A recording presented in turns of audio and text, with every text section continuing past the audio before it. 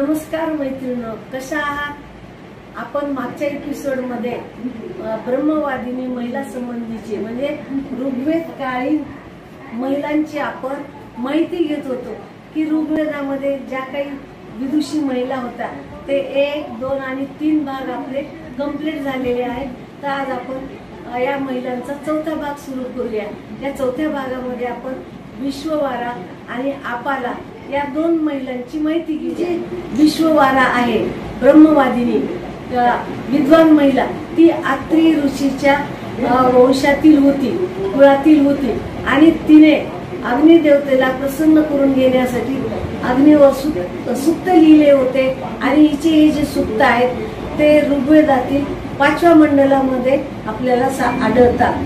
तर या ठिकाणी तिने अग्नीला आव्हान केलं की तुम्ही सतत प्रज्वलित राहावं आणि आमच्या कुटुंबावर तुमची कृपादृष्टी असावी, सतत आमच्या कुटुंबाचं वैभव कायम राहावं.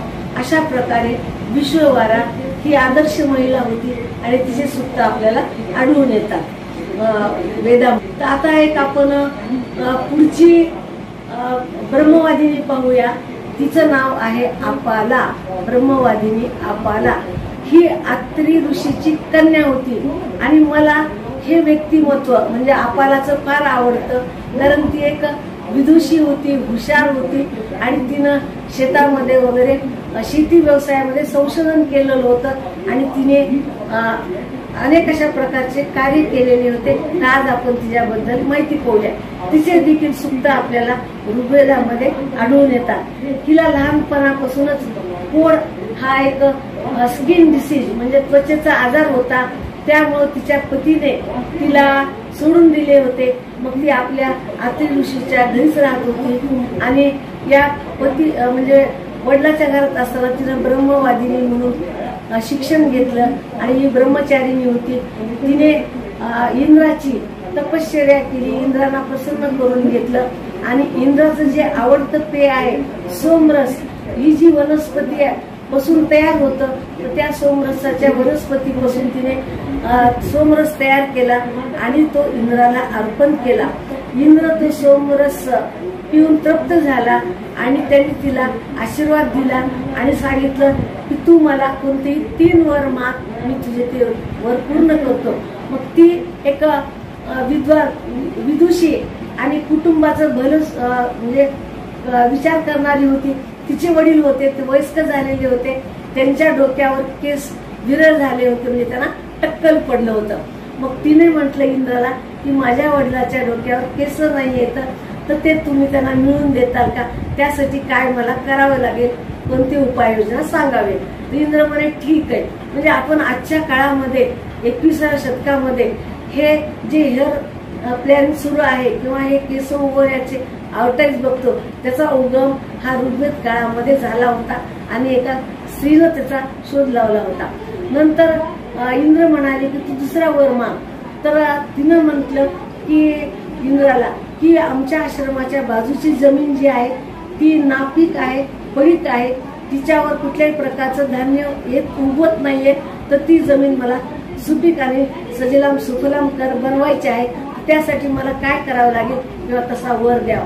तर त्याने तिला शेतीबद्दलची एक जी माहिती असते ती सांगितली आणि त्यानुसार तिनं आपालानं या शेतीमध्ये संशोधन केलं, धान्य कसं पेरायचं, उगवायचं आणि अशा प्रकारे तिनं आपली नापीक जमीन सुपीक केली.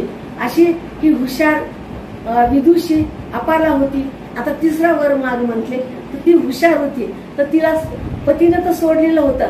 मग ती म्हणे की माझं जे ओटीपोट आहे ते रिकामं आहे, ते माझं भरलेलं पाहिजे. तर त्यावेळी ते ठीक आहे म्हणाले.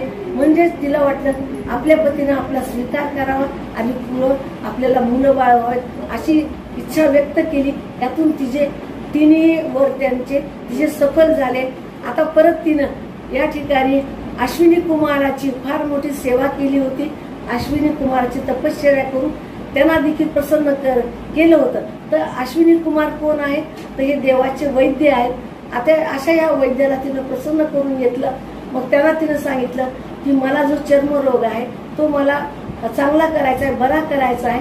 तर त्यावेळी अश्विनी कुमाराने तिला प्रसन्न होऊन वनस्पती सांगितल्या आणि त्या वनस्पतीने तिनं आपल्या शरीराचा कायाकल्प करून घेतला आणि त्वचा रोग झाला कमी, कुष्ठरोग झाला आणि तिची त्वचा सुंदर चमकू लागली आणि तिला विश्वसुंदरी म्हणून बहुमान मिळाला.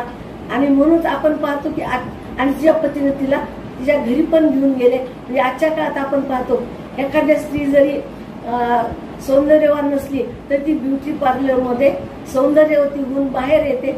म्हणजेच या ठिकाणी हे ब्युटी पार्लरचा म्हणजे उगम सुद्धा आपल्याला ऋग्वेदकालीन संस्कृतीमध्ये अशा प्रकारच्या विदुषी स्त्रियांनी कशा प्रकारे आत्मसात करून घेतला होता यावरून समजतं.